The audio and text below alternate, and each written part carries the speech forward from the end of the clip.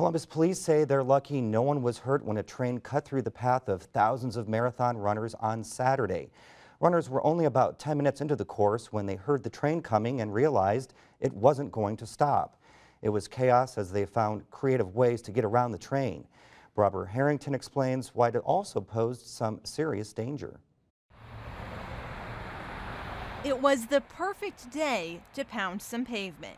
It was a beautiful morning, so, we knew we were going to be running in great weather. Cliff Huggins was one of more than 3,000 people signed up for the Mill Race Marathon on Saturday. He made his way up to the starting line, excited to run in the half. There's always a lot of adrenaline going on because there's just this great race day atmosphere. People are all excited and you're excited. But runners didn't make it very far before they came across these train tracks in a very unwelcome interruption. An unexpected train was passing through the area, causing chaos. I was probably about a quarter of a mile from the railroad crossing when I heard the train just do this really, really long horn blast, like 30 or 45 seconds, which tipped me off that something was wrong. An Indiana-Louisville railroad train was barreling down the tracks through the course of the marathon. Thousands of runners were in its path. Some of them were trying to set personal records or get times fast enough that would allow them to qualify for the Boston Marathon.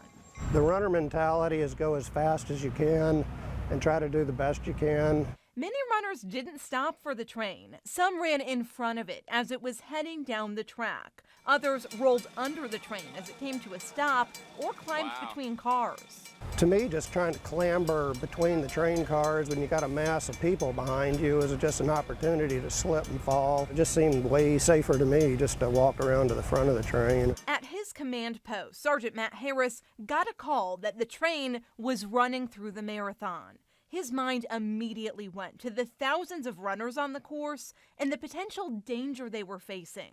Police officers converged on the scene to try and control the chaos, but they were overwhelmed by the sheer number of people. The officers were trying their best to make sure that that there was no one in the way of the train, but there were, like I said, a lot of runners who went around the train that were, continuing on with the race, and like I said, we're just very thankful that no one was injured. It's a serious safety hazard. Bartholomew County Emergency Operations Director Ed Ryder says never should have happened. He spent months communicating with the railroad company to ensure no trains would pass through the county between 7 and 11 on the morning of the race. They did tell me that it had been communicated with the operator of the train that he'd been told earlier that morning to clear Columbus by 7 a.m.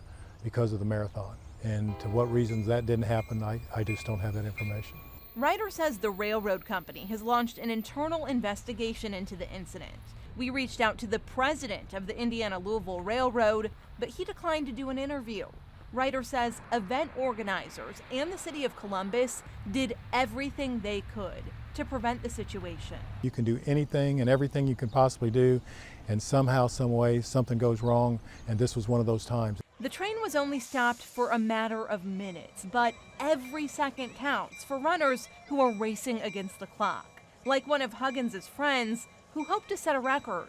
He was just trying to get a personal best. He was trying to break 1 hour and 50 minutes, and he ended up finishing the race in 1 hour, 50 minutes and 11 seconds. Race organizers say there's no way to adjust those times to account for the train delay. Unfortunately, we don't have any way to know who got held up and who didn't get held up, so all we have is the official times, so that we don't have any way to adjust that.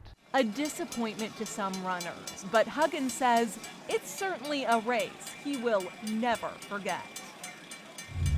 Columbus police say despite reported threats from the conductor, no one was arrested for climbing on the train.